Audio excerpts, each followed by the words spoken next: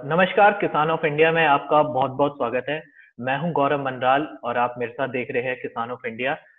हमारा जो देश है वो कृषि प्रधान देश कहा जाता है। अधिकतर जो यहाँ जो जनसंख्या है वो कृषि पे काफ़ी ज़्यादा डिपेंड है और इसी के बीच में यहाँ पे जो एक चलन नया शुरू हुआ है, एक स्टार्टअप कह सकते हैं, एक आइडिया है जो है एग्रो टूरिज़्म।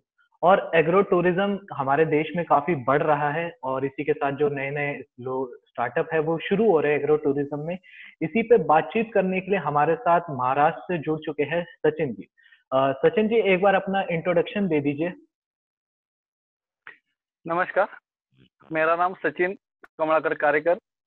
मैं रहने वाला हूँ आबलोली का हूँ, तालुका ग्वागर, डिस्ट्रिक्ट रत्नागिरी, कोकण विभाग बोलते हैं उसको।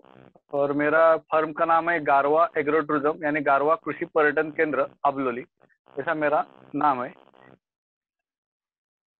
ठीक है। तो सचिन जी ये बताइए कि एग्रो टूरिज्म होता क्या है? पहले तो ये बताइए। जो फार्मर के रिलेटेड जो हर रोज का धंधे नहीं होता है, वो जो शहर से लोग आते हैं उनको साथ शेयर करना, यही रहता है कंसेप्ट। कहीं ऐसा अलग नहीं रहता है। हमारा जो फार्मर का सुबह से शाम तक का जो रहता है व्यवहार, उनके साथ शेयर करना, उनको जो अच्छा लगे उनके साथ वो हमारे साथ मिलकर जुल के काम करते हैं। ऐसा ही एक्चुअली मेन कंसेप्ट है। ठीक है। तो अब मैं आप लोगों को बता दूं कि जो आप ये एपिसोड देख रहे हैं, ये है खेती किसानी गौरव का था। तो इसी के बीच हम आगे बढ़ते हैं। पहले तो ये बताइए कि आपकी शुरुआत जब आपने ये एग्रो टूरिज्म किया, इससे पहले आप क्या करते थे? मैं तो पूरा खेती करता था और मेरा पोल्ट्री फार्म था, गोट फार्म था। पोल्ट्री फार्म जो बर्ड फ्लू आया उस टाइम मेरा पोल्ट्री फार्म बंद हो गया। गोट फार्म का भी लिमिटेशन आ गया, इधर कोकण में लेबर नहीं मिलते काम करने के लिए, वो भी मैं बंद कर दिया। मेरी खेती बाड़ी थी, वो भी बंदर सुअर जो है, जो नैसर्गिक आपत्ति बोलते हैं, वो बढ़ गई। इसलिए वो पूरा भाजीपाला जो सब्जी जो रहती है, पैडी का जो भात का खेती रहता है, वो सब मेरा बंद हो गया। तो इसके और क्या कर सकता हूँ? तो मेरा दोस्त का 10 साल 15 साल पहले ये चालू था कृषि प्रबंधन केंद्र।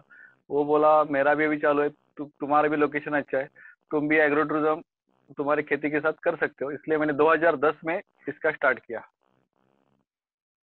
ठीक है।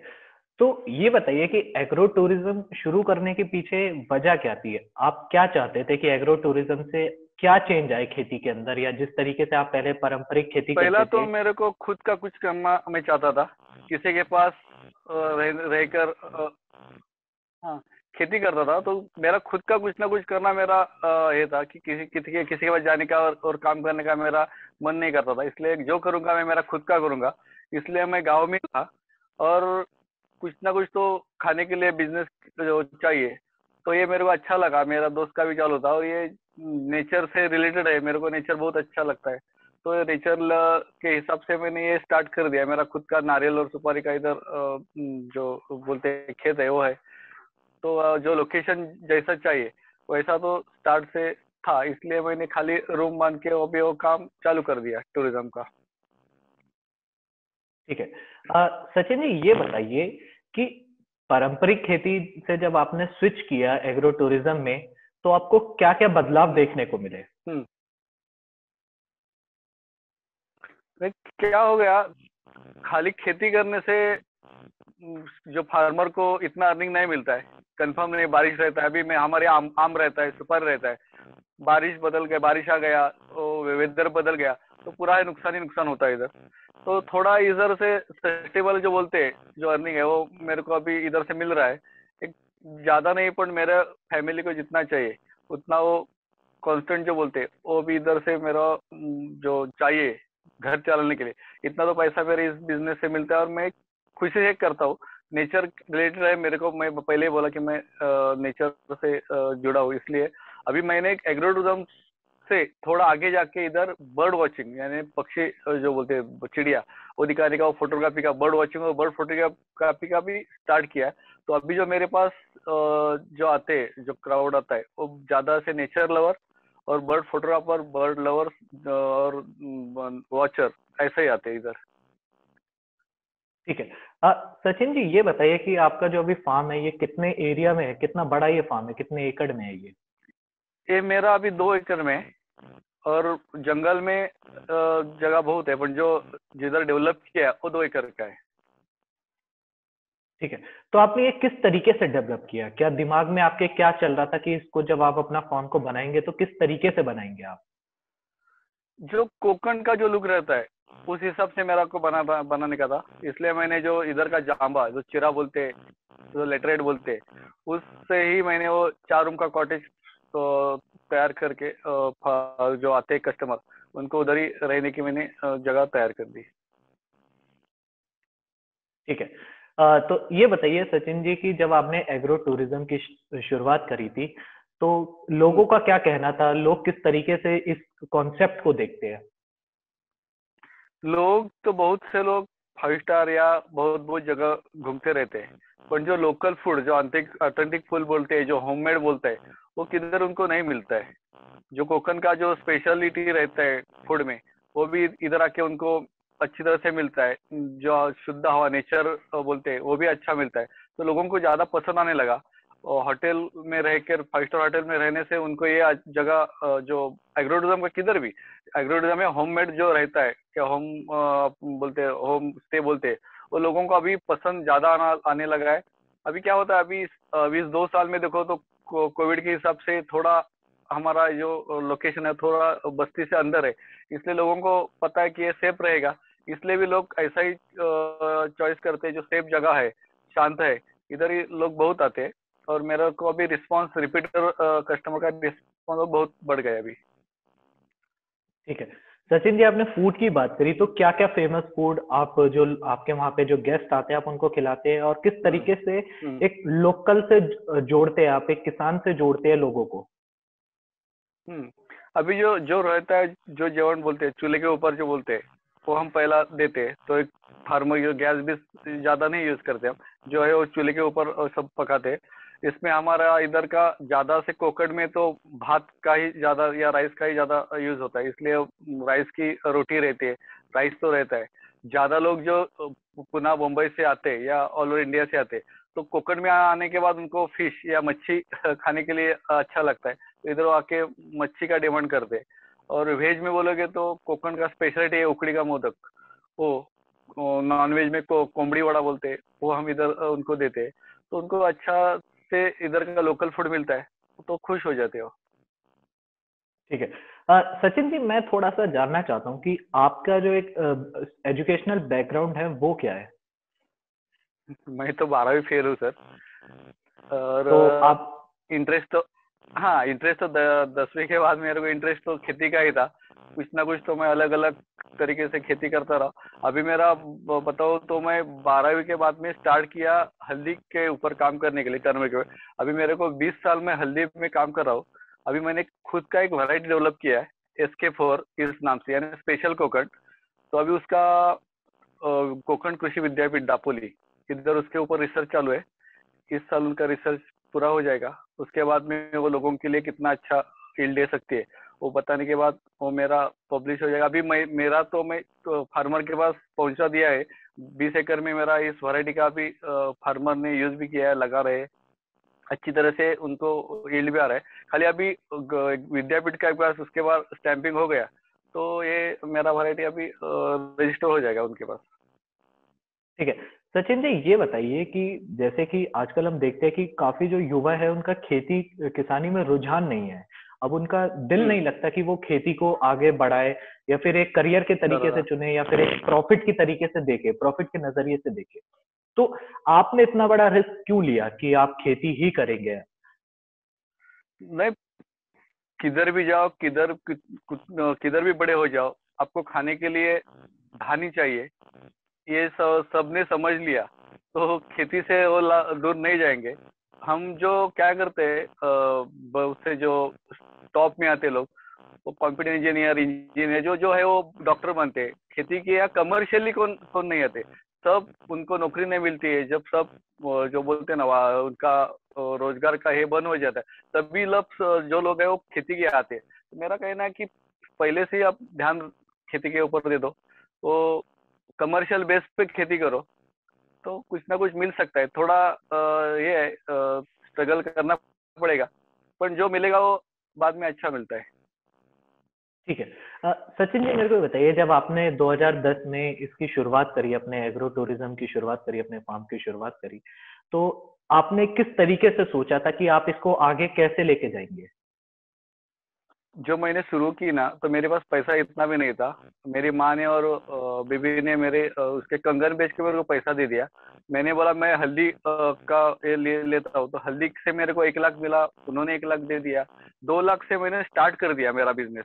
4 रूम का कॉटेज मैंने बांध कर, पूरा मैंने मेहनत करके बांधा, और उसके आने वाले पैसे से मैंने जो डेवलपिंग है वो सालों साल मेरा काम चालू रहा। मैं करता रहा और डेवलपिंग मेरी बढ़ती रह गई।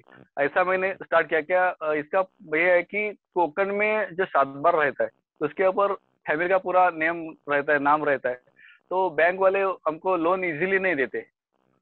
और लोन कब मिलता है, आपका क्रेडिट, आपका जो थोड़ा बोलो ना पैसा बैंक में खाते में होगा, तभी आपको क्रेडिट होगा, तो भी आपको ये मिलता है, लोन मिलता है। तो मेरे को स्टार्ट में कोई लोन मिलना मुश्किल था, इसलिए मैंने जो है उसमें स्टार्ट कर दिया। तो अभी अच्छी तरह से मैंने जो आया पैसा वो फिर से मेरे ही बिजनेस में डाल दिया। तो अभी मेरा अच्छी तरह से अभी पूरा सेटअप बन गया। अभी मेरा 4 रूम से 6 रूम का सेटअप हो गया है, और अच्छी तरह से अभी जो चाहिए टूरिज्म के लिए वो मेरे पास अभी सब है। ठीक है। सचिन जी, ये बताइए कि जो गेस्ट आपके पास आते हैं, जो नेचर को और करीब से देखना चाहते हैं, जो किसान हम्म, को एक आप कह सकते हैं रूबरू देखना चाहते हैं, किसान को समझना चाहते हम्म, हैं, तो उसके लिए हम्म। आपने क्या क्या बंदोबस्त कर रखा है? उसके लिए आपने क्या क्या फैसिलिटीज दे रखी है? तो अभी जो आते हैं, मैंने बोला अभी मेरा क्राउड जो पूरा नेचर लवर है, तो मैं उनको उनके साथ जंगल में पूरा दिन में सुबह और शाम घूमता रहता हूँ। उनकी हिसाब से जो जो उनको बर्ड्स का डिमांड रहता है, वो हिसाब से हम जंगल में ट्रैक करते हैं, और उनको जंगल में घुमा के वो बर्ड्स दिखाता हूँ, उनको फोटोग्राफी करते हैं। ऐसा भी इसलिए मैंने पूरा जो मेरे पास नहीं है वो पेड़ जो है वो लगा लिया है, जो है उनको अच्छी तरह से पूरा। अभी मेरे पास बहुत ग्रीनरी है, पूरा शांत है। जो कोल्ड जो बोलते ठंडा बोलते हैं वो है, इसलिए वो लोगों को अच्छा लगता है। और थोड़ा शहर से थोड़ा उनको धक्का धक्की से वो बाहर आके 2-3 दिन में इधर रहते हैं, जो है उनको अच्छा लगता है इधर। जी। सचिन जी, ये बताइए, जो लोग आपके पास आते हैं और जब वो 2 दिन 3 दिन या फिर एक हफ्ता भी अगर आपके वहां रुक के जाते हैं, तो हम्म, जाते हुए उनका एक्सपीरियंस क्या रहता है और आपसे वो क्या बोल के जाते हैं जब वो जा रहे होते हैं? हम फिर आएंगे इतना ही बोल के जाते हैं। हमारे दोस्त को भेजेंगे, हम भी फिर आएंगे और हमारे दोस्त को भेजेंगे। ऐसा मेरा अभी तो 200 लोगों का तो रिपीटर का लिस्ट हो गया है अभी। रिलेटिव जो जो आते हैं ना, अभी सब रिपीटर आते हैं, या उनके माउथ पब्लिसिटी से आते हैं। मेरा अभी वेबसाइट है, वो मैं सबको पूछता हूँ, आप आपको रेफरेंस कहाँ से मिला, तो बोलते हैं दोस्त का दोस्त आके गया, तो फ्रेंड्स आके गया, क्या मेरा जो रिलेटिव आके गया, वो बोला इधर जाओ। ऐसा ही जो मेरा जो अभी आने वाला क्राउड है, उसमें से 80% तो माउथ टू माउथ आने वाले लोगों में है। बाकी 20% सोशल मीडिया से आ रहे हैं, पर 80% तो माउथ टू माउथ। यही जो जो बोलते हैं सर्टिफिकेट बोलते हैं, वही मेरा सर्टिफिकेट है इधर का। तो सचिन जी, मैं ये कि मेरे को जो थोड़ा बहुत समझ में आ रहा है, क्या वो ये समझू कि आप मार्केटिंग पे ज्यादा ध्यान नहीं देते, आप जो गेस्ट आते हैं उन पे ज्यादा ध्यान देते हैं ताकि वो दोबारा से आए और आगे भी उन्हीं के थ्रू आपका जो फार्म है उसका पता लगे? बराबर सर, पूरा जो धारणा है वो मार्केटिंग जो मैं करता हूँ, जो आते हैं उनके अच्छी तरह से जो आदरातिथ्य बोलते हैं, अतिथि देवो भव, इस हिसाब से मैं चलता हूँ। इसलिए वो खुश होके जाते हैं, वो फिर से नए लोग भेजते हैं। यही मेरा एडवर्टाइजिंग का पूरा बोले ना जो है स्टडी है। तो सचिन जी, आजकल का टाइम तो डिजिटल है, अब डिजिटल जमाना चल रहा है, और इस डिजिटल में आप किस तरीके से अपने आप को देखते हैं? नहीं, बात सही है। डिजिटल जितना अच्छा है उतना लोगों को फंसाने के लिए भी अच्छा है। जो लोग मेरे को कॉल करते हैं, जो वेबसाइट देख के, वो पहला क्वेश्चन कर पूछते हैं कि अरे भैया जो फोटो डाला है वो सही है क्या, आपका यहाँ इधर का ही है क्या। अभी बहुत से लोगों की फसगत बोलते हैं वो डिजिटल मार्केटिंग से हुई है। तो इनको बताना पड़ता है पहले ना, ये जो है वो ओरिजिनल है, जो फोटो डाला यही आपको रहने का मकान है, ऐसे बताना पड़ता है। क्या होता है, लोग इसका अच्छी तरह से यूज नहीं कर रहे, तो बाकी लोगों को भी उसका थोड़ा पार जो बोलते हैं ना त्रास होता है, वो थोड़ा झेलना पड़ता है उनको। तो जो है मैं फेसबुक के माध्यम से या जो बर्ड दिखते हैं वो डालता हूँ, तो वो लोग देख।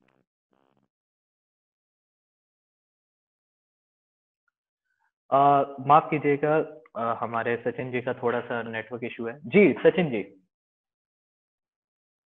हाँ, हाँ, एक मिनट, एक मिनट जरा। जी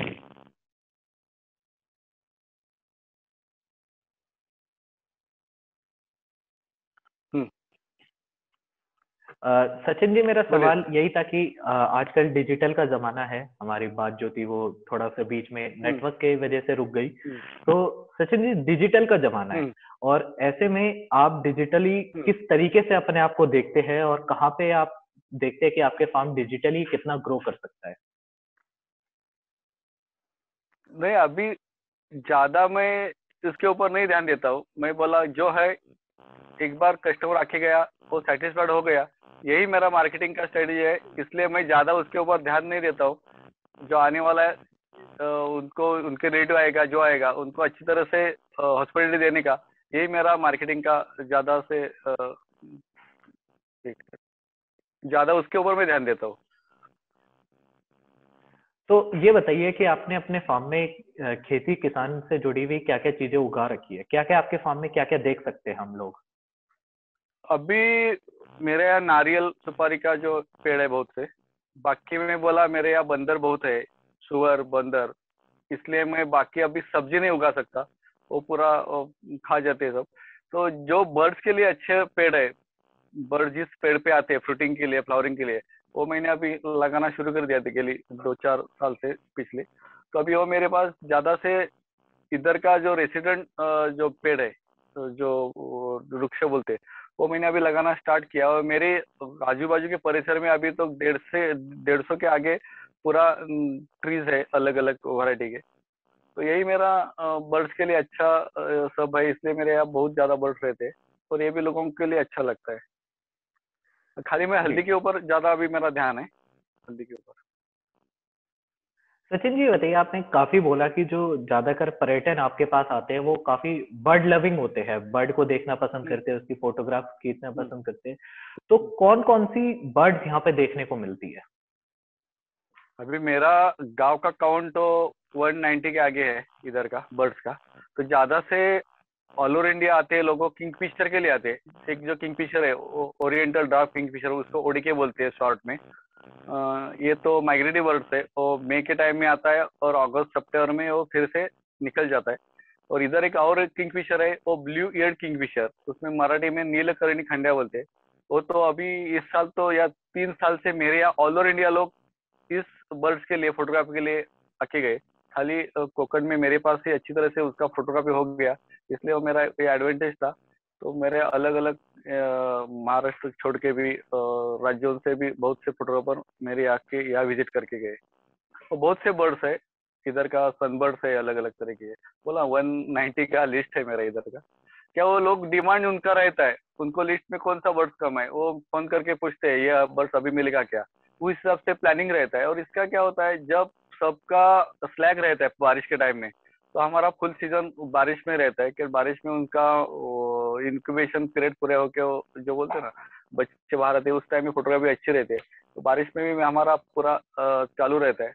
और बहुत से लोग हमारे टाइमिंग लेके आते हैं, कौन सा वर्ड कब मिलेगा, इस हिसाब से वो लोग आके जाते हैं। तो इसलिए वो जो बिजनेस है वो पूरा साल भर चला रहता है। ऐसा नहीं कि ठरक पीरियड में ही चलता है, बाद में नहीं, ऐसा नहीं रहता है। इस मैंने बर्ड वॉचिंग स्टार्ट किया तो इस हिसाब से मेरे को अभी ऐसा लगा कि अदर जो टूरिज्म वाले उनका भी 50-60 दिन चलता है, मेरा उससे आगे 90 या 80-90 दिन के या मेरा अभी बिजनेस बढ़ गया है इस हिसाब से।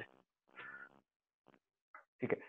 सचिन जी, ये बताइए कि अब मान लीजिए कि कोई गेस्ट आपके पास आता है, तो क्या जो आपके चार्जेस है वो क्या है और क्या वो सीजन के हिसाब से बदलते रहते हैं? हाँ, खाली बारिश के टाइम में बदलते रहते हैं, बाकी साल भर जो है वो फिक्स रहते हैं।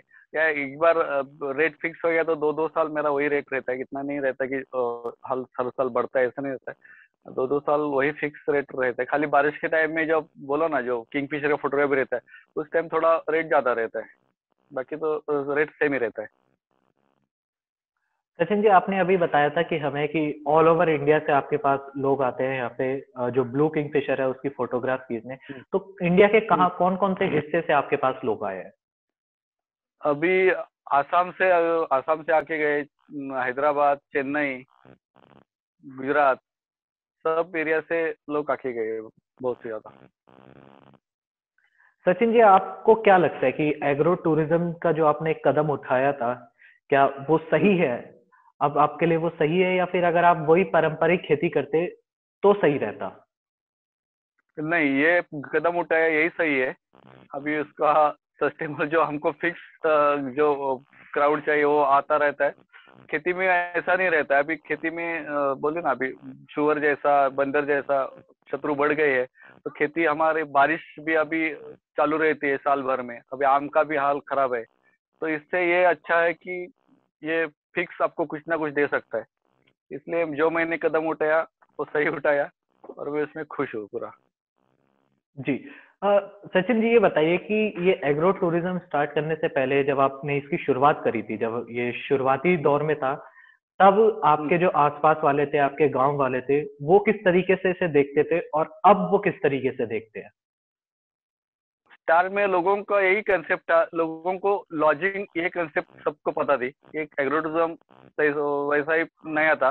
तो लोगों का अब कहना था कि तूने जो इतना रोड से अंदर बांधा है, सब कंस्ट्रक्शन किया, तो रोड के बाजू में होना चाहिए था। तो मेरा कंसेप्ट ही अलग था, मेरा लॉजिंग का कंसेप्ट नहीं था। इसलिए मैं पहले से ही उसमें ये था कि ठीक है, आगे देखेंगे। तो थोड़ा मेरे को पागल समझ के लोगों ने छोड़ दिया।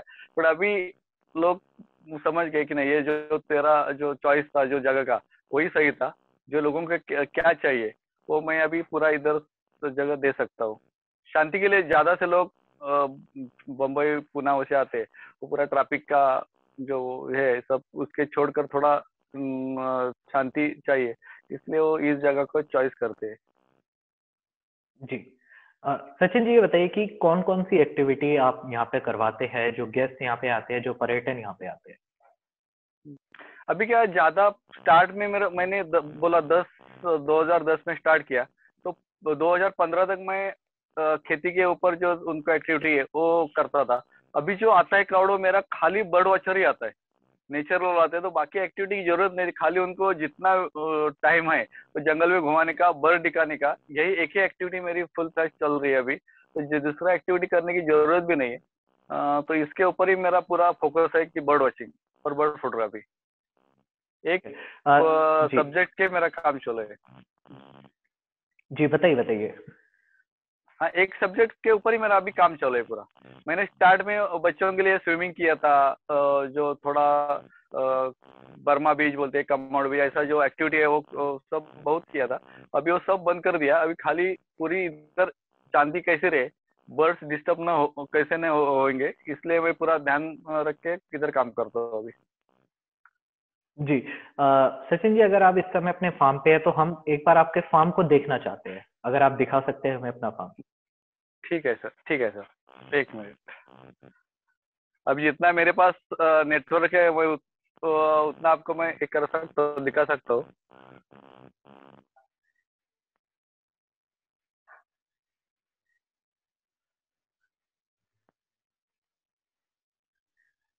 तो ये सचिन जी, आपका ये कॉरिडोर है जहाँ से जो पर्यटन है वो अंदर की तरफ आते हैं? हाँ, ये जो नारियल, ये जो दिख रहा है अभी पेड़, आपको दिखा दो, ये सुपारी का पेड़ है पूरा, ये जो दिख जी। रहा है। ये थोड़ा मैं सुपारी के ऊपर पेड़ करके की दिखा दूँ। खासियत क्या होती है सचिन जी? नहीं, ये छोटा रहता है, छोटी सी जगह में ज्यादा पेड़ रहते हैं। पूरा ये ऊपर जाते हैं, नीचे का पोर्शन आपको दिखाई देगा, पूरा ओपन दिखाई देता है। इधर बाकी पेड़ देखेंगे तो उसको बघा, नीचे से भी पूरा झुड़ूप रहता है, फिरने के लिए जगह नहीं रहती। पर सुपारी का पेड़ है ना, वो सिंगल वे, देखो ये देखो मैं दिखा दो, पूरा ऐसा सिंगल रहता है। पूरा ओपन माहौल मिलता है घूमने के लिए, ये करने के लिए। तो ये ऐसा सब रहता है। और उसका यील्ड भी अच्छा आता है। अभी उसको इतना शत्रु नहीं है कि कोई खा सके और ये कर सके, इसलिए हमने सुपारी का ज्यादा से प्लांटेशन किया है। अभी मैं आपको ये देखो, ये पूरा जो जाने का जो रूट है वो पूरा जाम्बा बोलते हैं, लेटराइट बोलते जी हैं जी इधर जी। का, कोकण में जो, हाँ वो है। अभी आपको सामने छोटा दिखाई दिया होगा सामने, तो अभी दूर है। और मेरा पुराना घर है, 100 साल पुराना घर है सामने। वो भी लोग हेरिटेज जैसा है, वो भी लोग देखने के लिए जाते हैं। अभी वो उनको ये पाथवे है, उनको फिरने घूमने के लिए पूरा मैंने ऐसे करके रखा है। ये अभी बाजू में दिख रहा है, ये मेरा पूरा डॉर्मेंट्री जैसा है, खाली हॉल है। इधर में लोग नहीं सोने के लिए नहीं देता हूँ, खाली खाने के लिए, बैठने के लिए ये इधर जगह करके रखी है। और ये मेरा जो कॉटेज है आपको दिखाता हूँ। ये जो है, ये आपको दिख रहा है, ये मेरा कॉटेज है। ये सामने जो पेड़ है, जैकफ्रूट का पेड़ है पूरा। अभी उनका स्टार्ट हो गया है, ये छोटा दिख रहे है अभी। ये पूरा नया प्लांटेशन है, सुपारी अरेबिका नट का पूरा छोटा वाला है। ऐसा पूरा जितना जगह है उधर सब गार्डनिंग करके रखा है, कि जितने छाव रहे वो पूरा प्लान करके ही सब इधर मैंने लगाया है पेड़।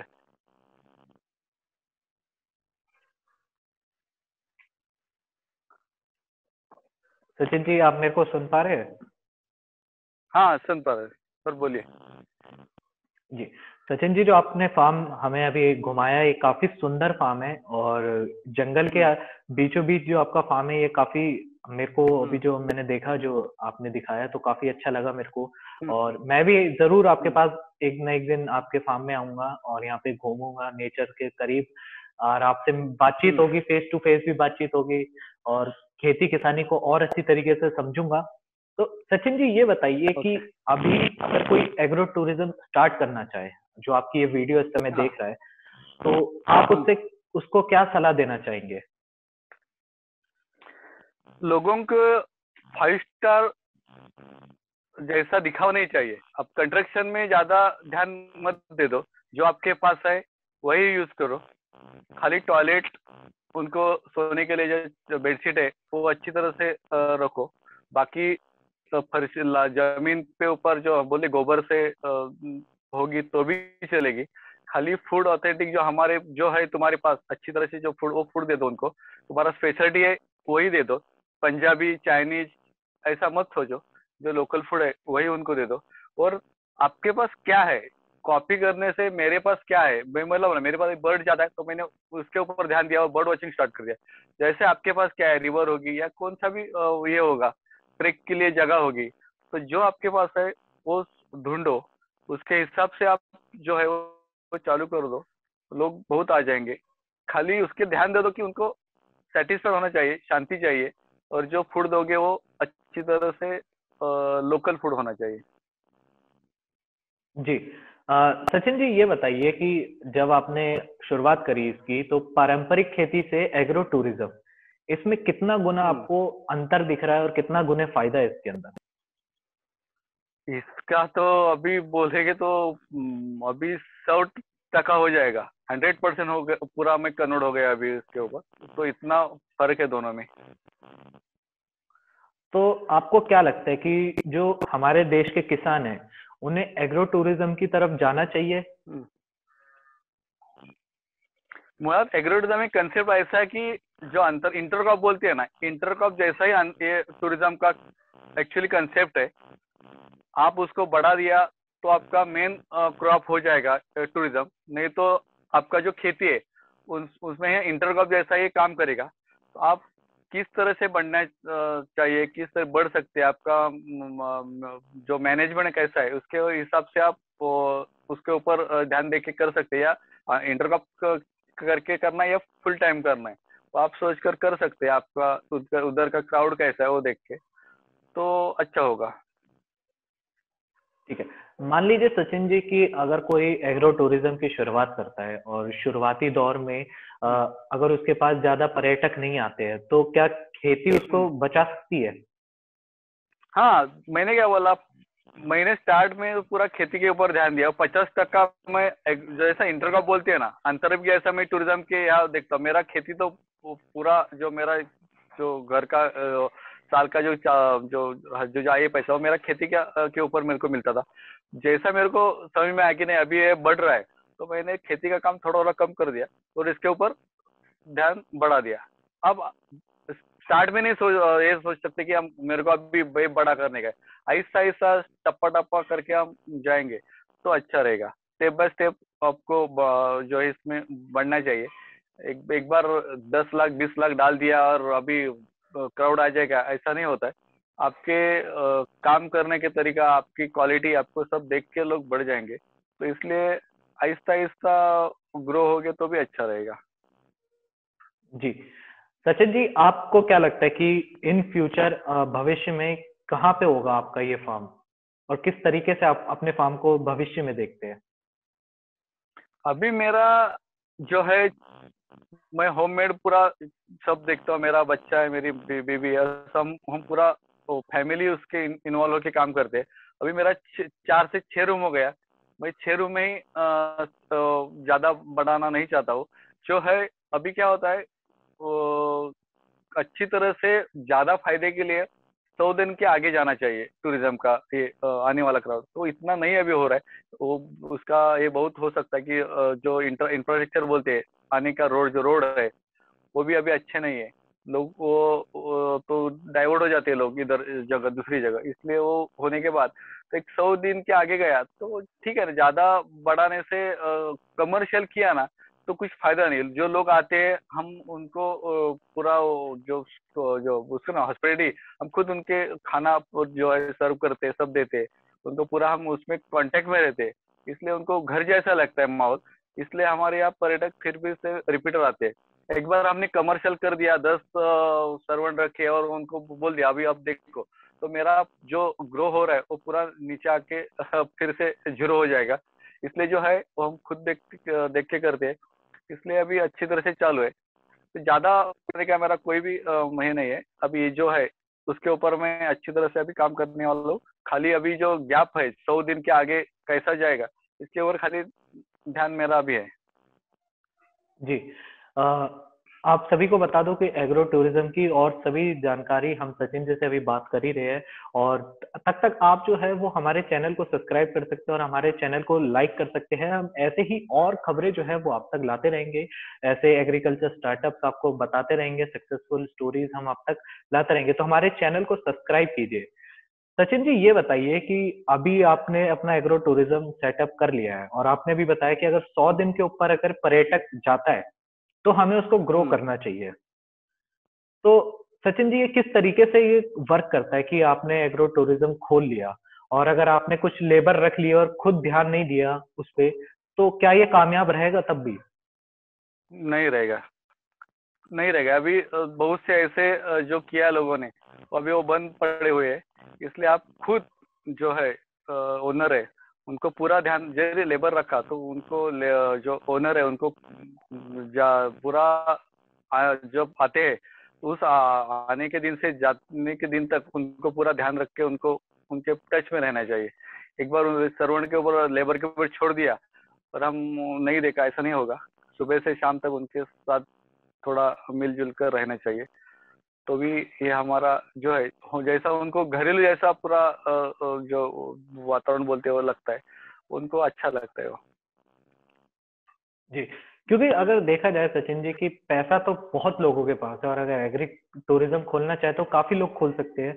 लेकिन क्या फायदा किसान को इस वजह से है कि किसान उस पर 100% ध्यान दे सकता है, तो किसान उसका ज्यादा फायदा बराबर, लेगा। बराबर सर।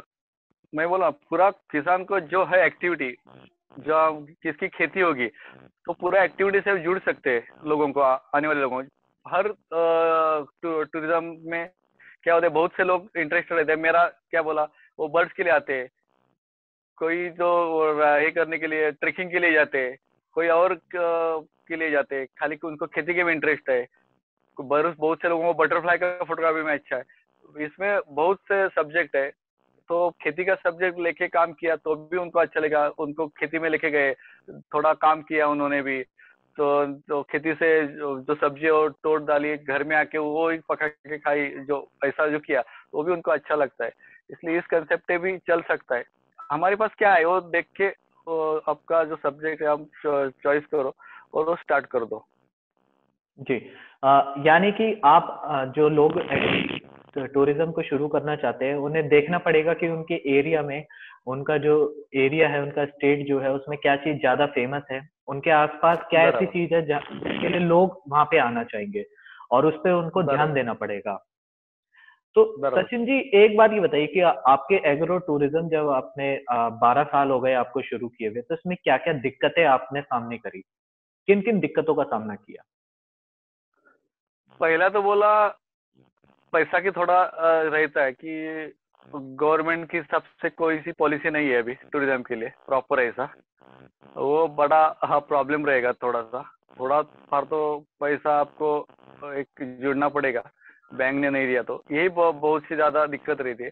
बाद में थोड़ा लोगों के लिए आपका जो एडवर्टाइजमेंट पहुंचने के लिए थोड़ा स्टार्ट में कुछ ना कुछ करना चाहिए आपको, वो किया तो बाद में तो आहिस्ता आहिस्ता हो जाता है। स्टार्ट में थोड़ा आपको साइड बिजनेस चाहिए टूरिज्म में, फुल फ्लैश हम उसके ऊपर डिपेंड नहीं रहना चाहिए।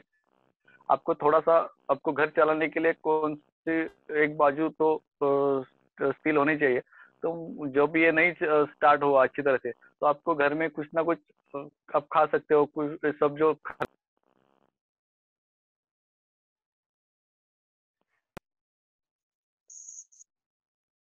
जी सचिन जी, हमने आपसे आज जो बात करी हमें काफी अच्छा लगा।